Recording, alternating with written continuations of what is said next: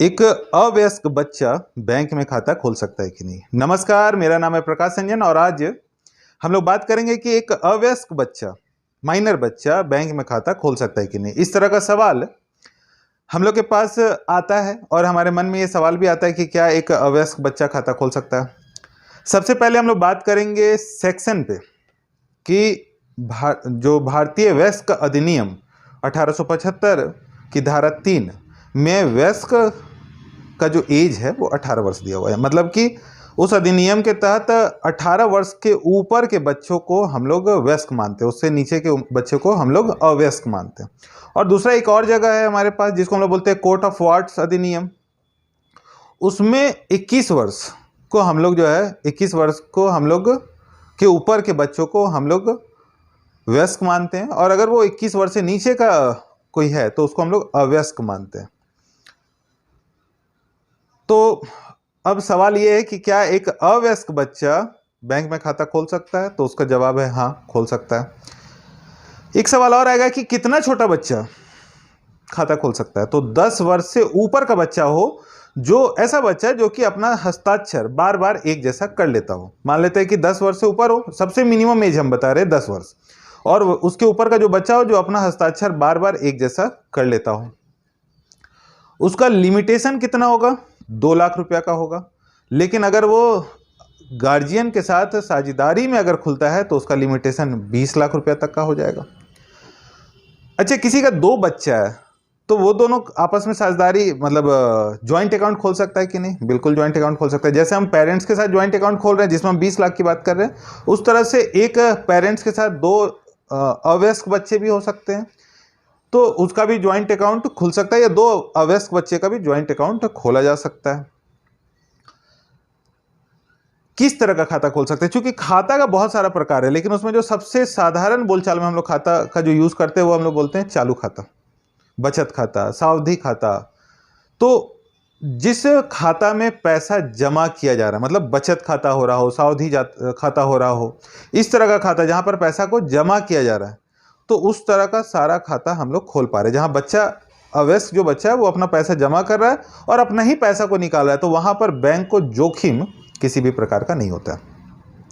लेकिन चालू खाता जहां पे ओवरड्राफ्ट होने का डर हो, लोन अकाउंट, क्रेडिट कार्ड, इस तरह का क्रेडिट कार्ड का 2 पार्ट होगा। एक तो ऐसा कार्ड होगा जो आपके ही पैसे के बदले में आपको दिया गया है, ऐसा दिया जा सकता है। लेकिन अगर इनसिक्योर, उसमें भी हम लोग देख रहे हैं कि जहां पर इनसिक्योर अमाउंट की बात हो रही है, जो पैसा हम ले रहे हैं लेकिन बाद में हम लोग उस पैसा को वापस नहीं कर पाएंगे। मान लेते हैं जो पैसा हम ले रहे हैं लेकिन वो पैसा हम बाद में उसको रिटर्न नहीं कर पाते हैं, तो वो उस तरह का कोई भी खाता नहीं हम लोग खोल सकते। ऐसा क्यों, इसका भी हम लोग जवाब देंगे। सबसे पहले तो हम लोग आपको बता दें कि अगर कोई अवयस्क है तो वो कंपनी अकाउंट में कंपनी के अंदर पार्टनर नहीं बन सकता, सिर्फ वो लाभ का ही पार्टनर बन सकता है। या जैसे फर्म की हम लोग बात करें तो सेक्शन 31 में है कि वो पार्टनर नहीं बन सकता है, और 32 में, सेक्शन 32 में लिखा हुआ है कि वो पार्टनर तो नहीं बन सकता लेकिन वो लाभ ले सकता है। उसी तरह से 36 में है कि अगर वो चाहे 18 वर्ष का अगर वो हो जा रहा है और अगर वो चाहे कि 18 वर्ष के बाद उसके 6 महीने के अंदर वो निर्णय ऐसा ले कि वो हम आगे क्या करें, तो वो स्वतंत्र होता है निर्णय लेने के लिए। और सेक्शन 8 में, उसी सेक्शन में दिया हुआ है कि अगर वो चाहे तो आगे के लिए पार्टनर के रूप में कन्वर्ट हो सकता है, वेदर वो पार्टनर नहीं होगा, सिर्फ प्रॉफिट जैसा वो माइनर के रूप में उसका यूज हो रहा था वैसे ही हो। मतलब कि इस सारे सेक्शन में क्या है कि एक अवयस्क को ये राइट्स नहीं दिया गया है कि वो उसका पार्टनर बन सके।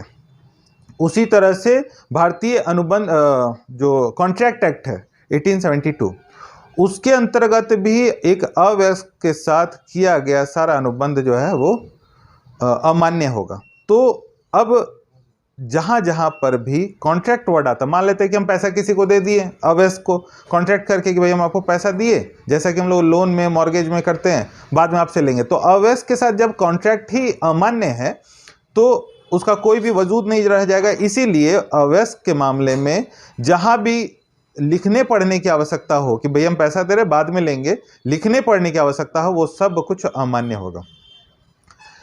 बहुत सारे लोग अपने उम्र बढ़ा लेते हैं, अवयस्क अपने आप को वयस्क बता ले रहे हैं और बैंक के साथ कुछ लेन देन कर लेते हैं। इस संदर्भ में भी आपको बता दें कि अगर ऐसा कोई भी पैसा अवयस्क के अकाउंट में आ गया है या वो ले लिया है तो भी उस पर वाद नहीं चलाया जा सकता है। लेकिन एक अवयस्क बच्चा का पैसा बैंक में चला गया है तो उस पर वाद लाया जा सकता है। उस पर हम लोग का जो रिलीफ एक्ट है, स्पेसिफिक रिलीफ एक्ट है, उसके तहत हम लोग उस पर वाद चला सकते हैं और अपना रिकवरी कर सकते हैं। तो जहाँ जहाँ भी इस तरह का शब्द का प्रयोग हुआ है, जहाँ पर कि हम कॉन्ट्रैक्ट कर रहे हैं, अनुबंध कर रहे हैं, लिख रहे हैं, समझौता कर रहे हैं और इसके बाद हम अवयस्क को पैसा दे रहे हैं, तो वो सारा कुछ अमान्य होगा।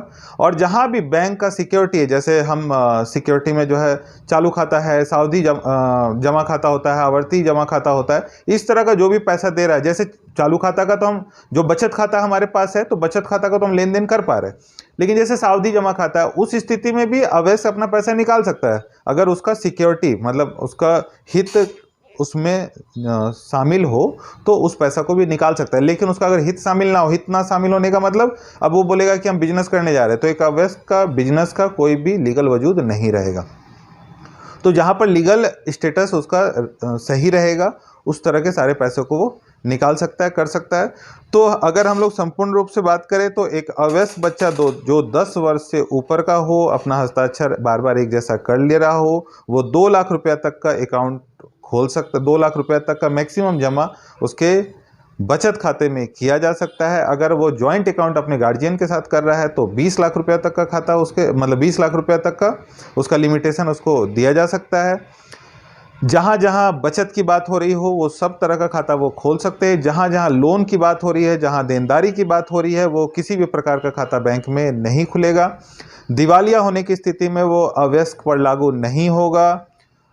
इसके अलावा जो है अगर हम लोग बात करें कि अभिभावक नियुक्त करने, अगर किसी का पिताजी जिंदा हम बोलते हैं अभिभावक नियुक्त करना, वो भी नहीं होगा क्योंकि अभिभावक उसके पेरेंट्स ही होंगे, उनके माता पिताजी होंगे, पिता के बाद माता होगी, इस तरह का प्रावधान किया गया है। अगर आपका इस अवयस्क बच्चे का जो खाता संबंधित जो वीडियो बनाया गया है इससे संबंधित कोई भी सवाल हो तो कमेंट बॉक्स पे जाकर सवाल जरूर पूछें। वीडियो आपकी जानकारी के लिए बनाया जा रहा है इसलिए इसे लाइक, सब्सक्राइब और शेयर जरूर करें। बहुत बहुत धन्यवाद।